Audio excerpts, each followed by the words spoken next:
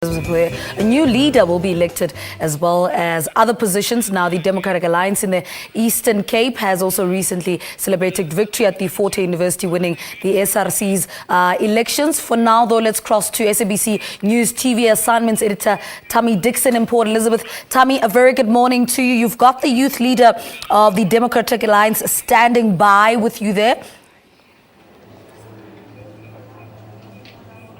That's correct, Lebu. Welcome back here at the venue of the DA Congress in Port Elizabeth.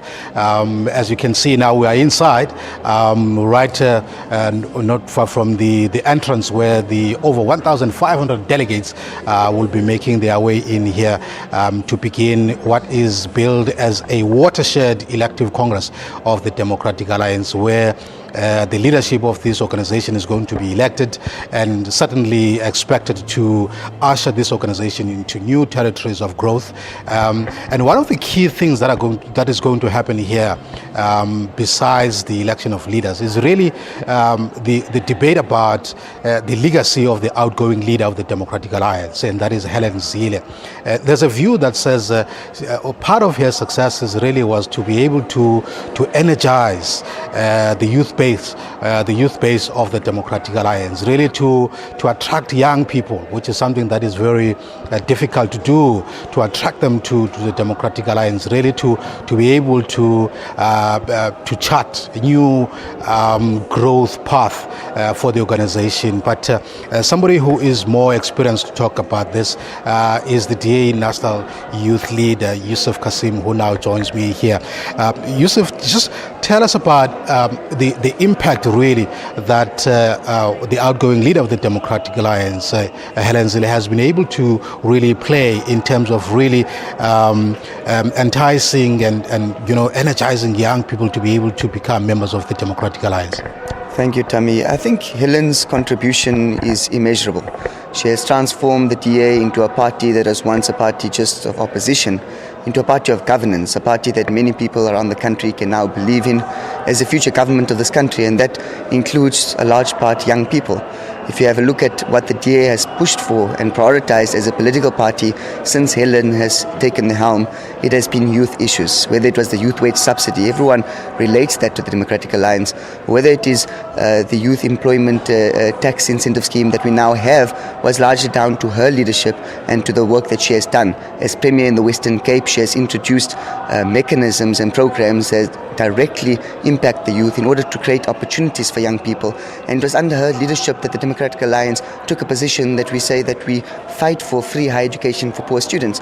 So all of these things and all of these progressive things came under her leadership.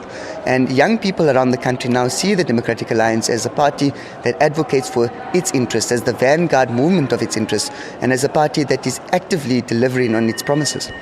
And one of the key moments that you have been able to score coming to this Congress, which I think it has been able to strengthen the momentum, really was the victory of the young people who are aligned with the Democratic Alliance at the University of Fort Hare, where you won SRC elections there, which is something that was totally unthinkable a couple of years ago, seeing that Fort Hare is really an institution that has an impeccable liberation history of the African National Congress.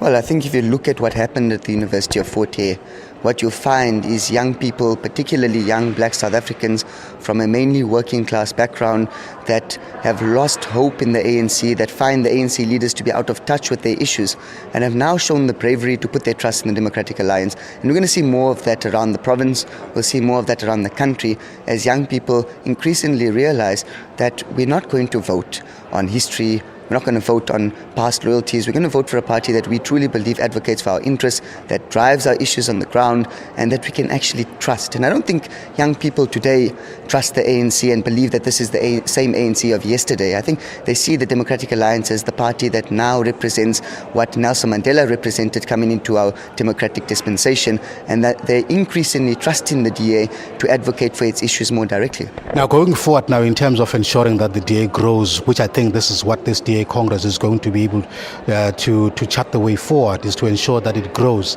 And its growth now, seemingly it's within the black votes in the country. And how are you going to make sure that you do continue to entice young people to join the DA? Because obviously not everybody believes that the DA is an alternative.